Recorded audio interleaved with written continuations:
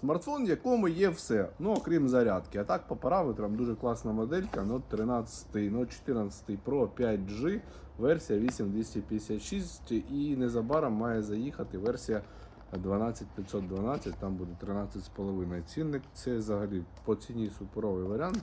11200, камера 200 мегапікселів, стереодинамік, яскравий AMOLED дисплей, є вологозахист IP68, підтримує eSIM, чохольчик, до речі, чорний в комплекті.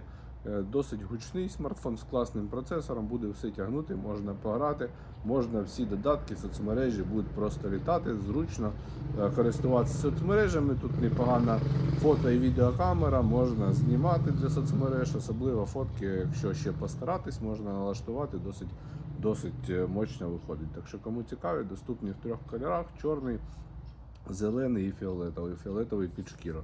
Пишіть. Телеграм, шапці профілю.